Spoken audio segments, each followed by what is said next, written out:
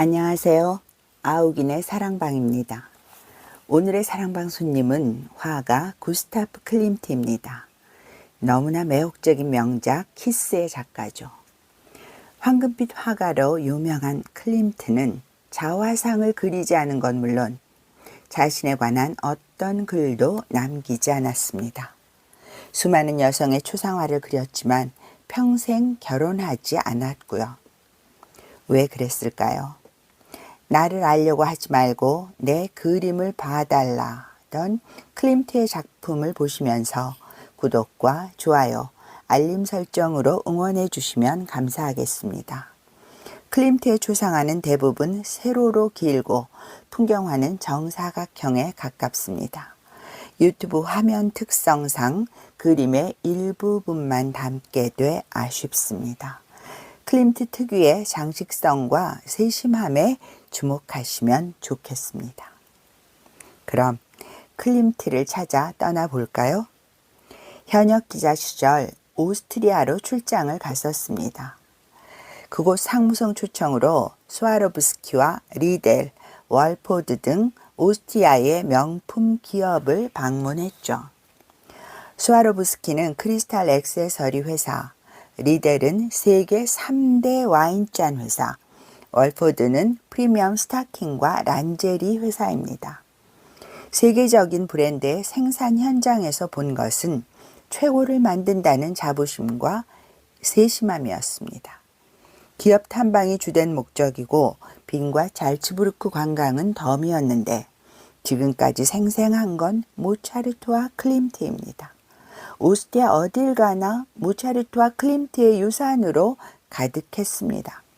모차르트가 살던 곳, 여행한 곳, 연주한 곳, 식사한 곳 등등. 모차르트는 1756년에 태어나 1791년에 사망했습니다. 겨우 35년을 산 모차르트가 250년 넘게 후손들을 먹여 살리는 겁니다. 클림트의 자취 또한 비는 물론 오스트리아 전역에 넘쳤습니다. 오나가나 그의 그림으로 만든 가방, 스카프, 쟁반 등 무수한 생활용품들이 관광객의 눈길을 사로잡았습니다. 정말이지 인생은 짧고 예술은 길다는 말이 실감 났습니다. 구스타프 클림트는 1862년 7월 14일 오스트리아에서 태어났습니다. 아버지는 금세공사, 어머니는 가수였답니다.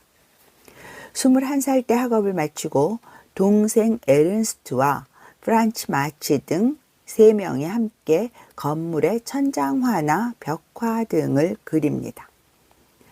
1891년에 에른스트가 파이프 공장 사장이던 헤르만 플레게의 둘째 딸 헬레네와 결혼하죠.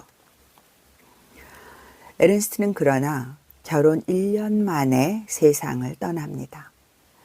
클림트는 동생의 사후에도 조카의 후견인 역할을 하면서 죽을 때까지 플레게 집안 사람들과 가까이 지냅니다.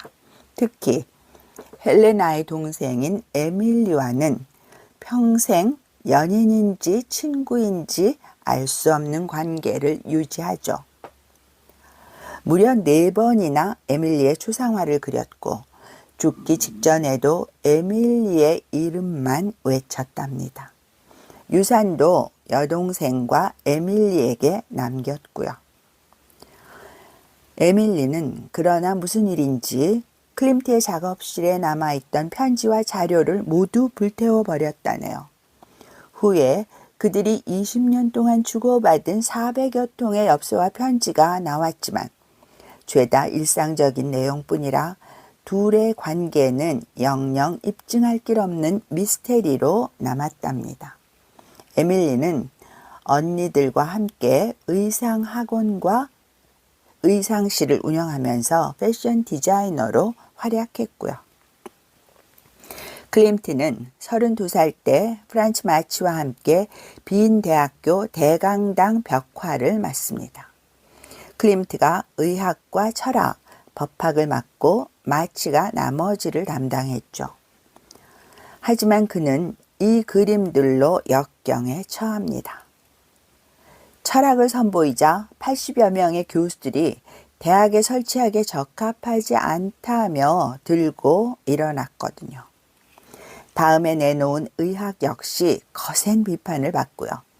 임신한 여인의 누드를 그렸다는 이유였습니다. 이 일로 클림트는 예정돼 있던 빈 순수미술원 교수직도 못하게 됩니다. 43세에 법학까지 모두 완성했지만 빈 대학 설치는 포기합니다. 정부에서 받은 돈은 후원자 도움으로 반환하고요. 그는 40대에 들어 그 유명한 황금빛 양식을 시작합니다. 41살 때인 1903년 이탈리아의 옛 도시 라벤나를 여행하면서 비잔틴 미술에 반한 뒤 비잔틴 모자이크의 화려함을 되살리기로 한 거죠.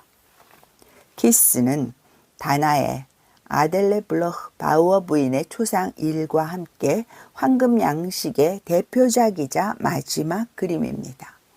이 그림들은 평면적이고 장식적이지만 회화의 순수성을 강조하죠. 44센 첫 사각형 초상화를 완성하고 화가연맹 회장으로 선출됩니다.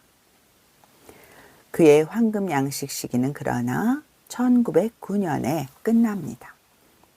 클림트는 평생 부지런하고 열정적이었습니다. 회화든 벽화든 쉴 새 없이 작업하고 이탈리아의 베니스 비엔날레는 물론 헝가리, 독일 등에서 열리는 전시회에도 참가했죠. 벨기에 브뤼셀의 실업가인 아돌프 스토클레 저택의 식당 벽화도 담당합니다. 1911년엔 이탈리아 로마 국제미술전에서 죽음과 삶으로 대상을 받습니다. 죽기 1년 전엔 독일 뮌헨과 빈의 순수미술원 명예회원으로 선출되고요. 빈 분리파를 비롯한 화가 그룹의 수장으로 활약하는 등 리더십도 뛰어났던 클림트는 그러나 1918년 스페인 독감으로 사망합니다. 겨우 56살이었죠. 클림트는 수천 점의 스케치와 220여 점의 유화를 남겼습니다. 그중 4분의 1은 풍경화, 나머지는 대부분 인물을 다룬 것들이죠. 그의 풍경화엔 인물이 등장하지 않습니다. 그림엔 오직 정적만이 감돌죠. 그의 그림 속 인물은 거의 여성입니다. 피아노를 치는 슈베르트 등 남성을 다룬 것도 있지만 대부분은 여인들 그림입니다. 심지어 인류의 운명이란 주제를 다룬 죽음과 삶에서도 중심은 여성입니다. 그는 여성이 지닌 본연의 모습에 집중합니다.